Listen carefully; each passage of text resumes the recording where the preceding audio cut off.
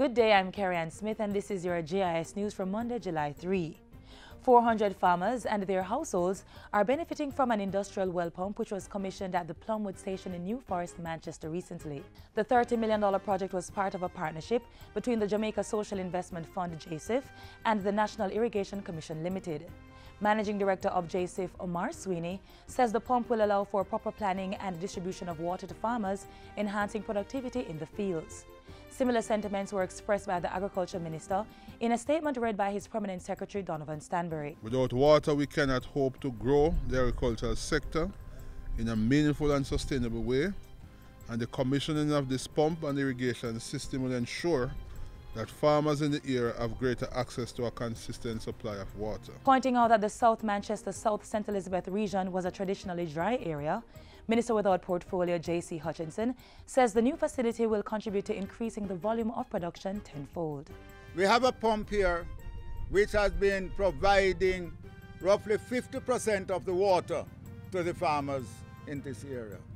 With this pump that we have here now, this one will increase the volume to roughly 75%, so that the 400 farmers who are now getting assistance from the water system here, they will be able to get water on a more regular basis. And on top of that, we are able to provide additional farmers who want to come onto the system with water. 7 multi-use agro-processing incubators have been constructed across the island under the Jamaica Social Investment Fund's READY project. With funding from the World Bank, $208.15 million has been invested in these facilities to stimulate and sustain economic development for rural micro-entrepreneurs engaged in agro-processing. So these multi-use agro-processing facilities will allow for individual groups to access a certified facility to manufacture a range of products such as juices, chips, sauces, jams, and jellies. The facility will also provide a space for caterers to prepare for events. Mr. Sweeney was speaking at the recent handing over for the agro-processing incubator in St. Elizabeth.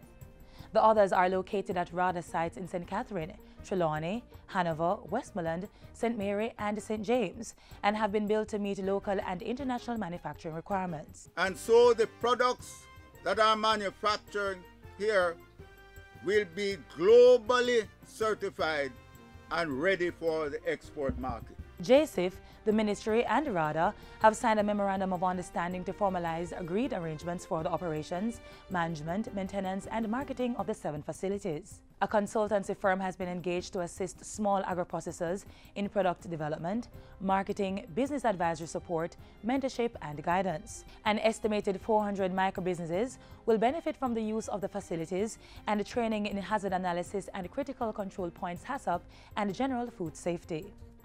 Government has saved more than $100 million under its Energy Efficiency and Conservation Program EECP.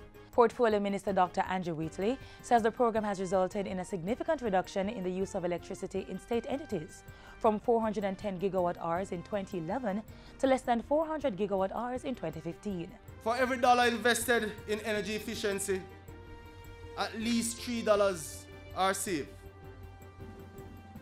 This is important, especially in the context of Jamaica, an emerging economy seeking to create sustainable economic growth of 5% in 4 years. Dr. Wheatley says even better results are expected under the program as more citizens become engaged through public education campaigns.